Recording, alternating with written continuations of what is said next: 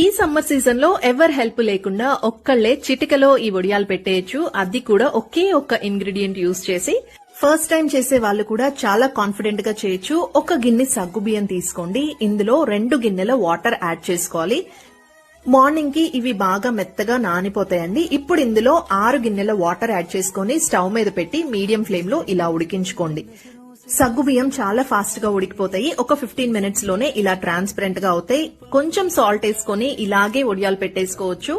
ఇంకా taste add చేయాలి అనుకో ఇందులో కొంచెం పచ్చిమిర్చి పేస్ట్, నువ్వులు, జీలకర్ర, సాల్ట్ యాడ్ చేసుకోండి. సాల్ట్ లైట్ గా వేస్తే సరిపోతుంది. అండ్ ఇంకొక గుర్తు పెట్టుకోవాల్సిన విషయం ఏంటంటే సగ్గుబియ్యం బాగా ఉడికిన తర్వాత మాత్రమే మీరు వడియాలు పెట్టుకోవాలి, లేకపోతే గట్టిగా ఉంటాయి ఫ్రై చేసిన తర్వాత. సో 1 డే లోనే ఇవి బాగా ఎండిపోతాయండి. నెక్స్ట్ డే ఒకసారి ఎండలో ఇట్లా ప్లేట్ లో పెట్టుకుంటే సరిపోతుంది. ఆయిల్ లో వేస్తే అసలు చాలా బాగా పువ్వుల్లాగా పొంగుతాయి అన్నమాట. టేస్ట్ అయితే అద్దిరిపోతుంది. పిల్లలు కూడా చాలా ఇష్టంగా తింటారు.